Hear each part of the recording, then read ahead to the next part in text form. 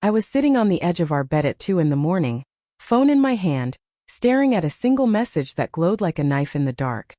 Can't wait for Thursday, babe. Same spot. Where the black said I like. It wasn't meant for me. It was from someone named Chris Work, and it was sent to my wife Sarah, while she slept beside me, breathing soft and peaceful like nothing in the world was wrong. My thumb hovered over the screen, shaking. 10 years of marriage, 2 kids asleep down the hall, and one text had just ripped the floor out from under me.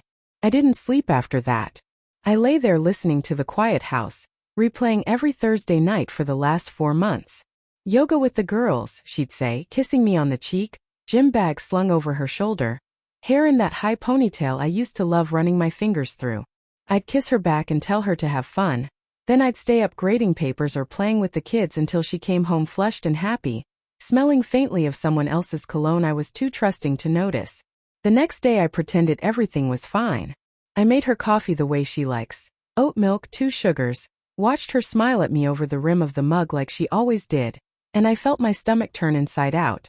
That afternoon her best friend Melissa texted me. Not Sarah. Melissa. We need to talk. Alone. It's important. I met her at the park near our house because I already knew, somewhere deep, that whatever she had to say would break me in public, and I didn't want to scare my kids. Melissa couldn't even look at me at first. She kept twisting the ring on her finger, the same ring Sarah had helped her pick out when her own marriage almost ended 2 years ago. Finally she just blurted it out. She's been sleeping with Chris from her office. Every Thursday. The hotel off Route 9. I've known for 6 weeks and I can't keep covering for her anymore. I'm sorry, Ryan. God, I'm so sorry. She started crying. I didn't. I just felt this cold spread through my chest, like someone had opened a window in January and left me standing in it. She told me everything. How Sarah cried to her about feeling invisible after the kids, how Chris made her laugh again, how it just happened one night after drinks with the team. Melissa said Sarah swore it was only physical, that she loved me, that she was going to end it soon. Every word felt like a punch, but the worst part was picturing Sarah saying those same excuses to herself in the mirror so she could keep lying to my face. I asked Melissa for one thing. Just one. Will you come with me when I confront her? I need someone else there who knows the truth so she can't twist it. She hesitated, then nodded. Whatever you need. I spent the next 4 days acting like the perfect husband. I booked a fake weekend conference in Chicago, even printed a fake itinerary. I kissed Sarah goodbye Friday morning, told her I'd miss her, watched her eyes flicker with something. Guilt. Maybe relief. And then I drove around the block and waited. Melissa picked me up 2 hours later. We sat in her car down the street from the hotel. I'd looked up on Sarah's credit card statement the night before. At 6:47 p.m. I saw them walk out together. Sarah was laughing, head thrown back the way she used to laugh at my stupid jokes, and Chris had his hand on the small of her back guiding her to his car. My wife, my Sarah, was glowing in a way I hadn't seen in years, and it wasn't for me. Melissa reached over and squeezed my hand. I don't remember walking across the parking lot.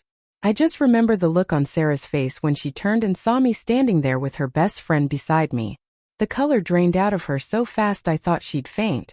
Chris tried to step forward like he was going to say something manly and protective, but I looked straight at Sarah and said the only thing I could manage. How long did you think you could keep me as the backup plan? My voice didn't even sound like mine. She started crying instantly, reaching for me, saying my name over and over like it could fix this. Ryan, please, it's not what, I was going to end it, I swear. Chris tried to interrupt, muttering something about this being private, and I laughed. I actually laughed, this sharp, ugly sound, and told him, "You don't get to speak to me in my marriage, Chris. Walk away." He did. Just turned and left her standing there alone. Melissa stayed quiet the whole time, arms crossed, tears running down her face. Sarah kept begging, telling me she loved me, that she got scared we were turning into roommates, that Chris meant nothing, that she'd go to therapy, we'd fix this, please don't throw us away. And for 1 second, 1 weak stupid second, I almost believed her because I still loved her so much it physically hurt. But then I pictured my daughter asking why mommy comes home late on Thursdays. I pictured my son learning one day that love can be a lie if you're convenient enough. And I looked Sarah right in the eyes and said, "You don't get to decide if we fix this. You decided for both of us the first time you took your ring off in that hotel room. We're done." I turned and walked away while she screamed my name. Melissa followed me. I didn't look back.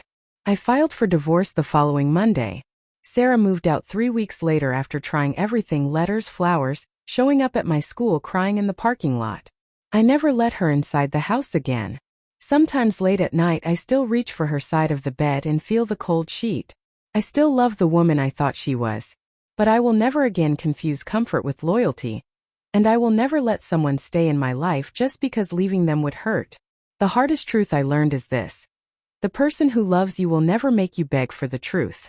They'll just give it to you every single day, even when it's hard. Sarah couldn't do that. So I walked away carrying the pieces, and somehow, slowly, I'm learning how to live without her shadow in my house.